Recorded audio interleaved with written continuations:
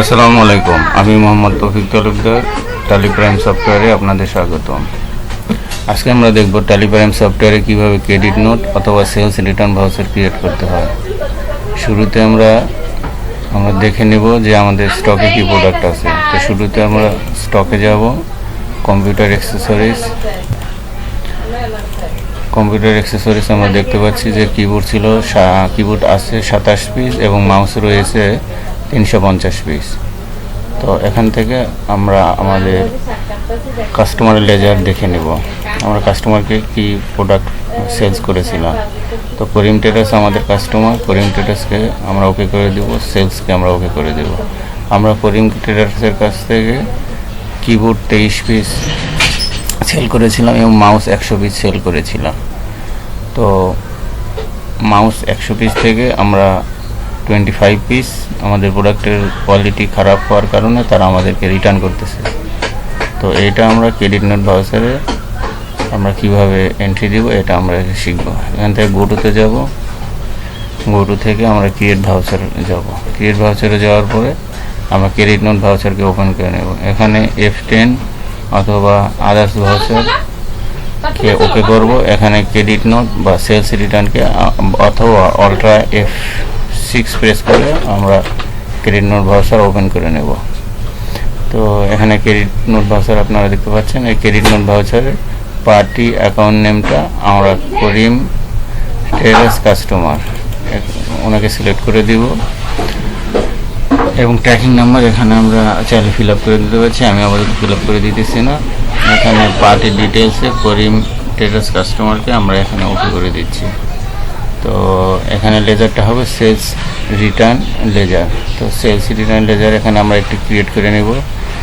এখানে অল্ট্রা সি অথবা মাউসের মাধ্যমে লেফট সাইডে এখানে ক্রিয়েটে ক্লিক করে করতে পারি। এখানে আমরা একটি লেজার ক্রিয়েট করে নিই। সেলস রিটার্ন মূলত সেলস অ্যাকাউন্টের আন্ডারে সেলস অ্যাকাউন্ট ইন্টার অথবা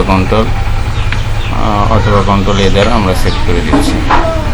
তো আমরা দেখতে পাচ্ছি যে আমাদের কিবোর্ড রয়েছে 27 পিস এবং মাউস রয়েছে 350 পিস। তো কিবোর্ড আমরা এখানে রিসিভ করব, 50 পিস। তো ট্র্যাকিং নাম্বার আপনারা দিতে পারেন, এখানে অর্ডার নাম্বার চাইলেও আপনারা এখানে ফিল আপ করে দিতে পারেন। আমরা কোন গুডাউনে প্রোডাক্টটি রিসিভ করবো এটা সিলেক্ট করে দেবো। ঢাকা গুডাউনে আমরা রিসিভ করবো। কত পিস প্রোডাক্ট আমরা রিসিভ করবো? 25 পিস রিসিভ করবো, 25 পিস। তো পার পিস আমরা সেল করেছিলাম 350 টাকা করে, 8750 টাকা। এটা আমরা ওকে করে দিচ্ছি।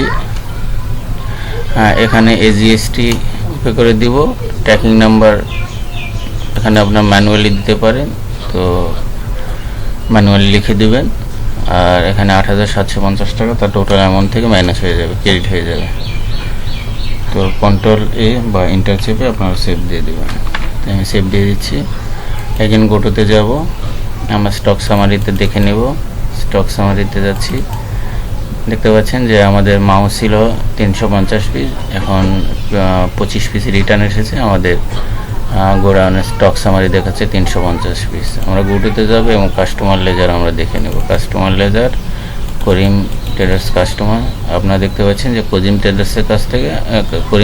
ট্রেডার্সের কাছে আমরা 47,650 টাকা আমরা সেল করেছিলাম। ওখান থেকে করিম ট্রেডার্স আমাদের ইউসিবি ব্যাংকের মাধ্যমে 30,000 টাকা পেইড করেছে এবং সেলস রিটার্ন অর্থাৎ 25 পিস রিটার্ন করেছে 8,750 টাকা। তো করিম ট্রেডার্সের ক্লোজিং ব্যালেন্স এখন রিসিভেবল 8,900 টাকা।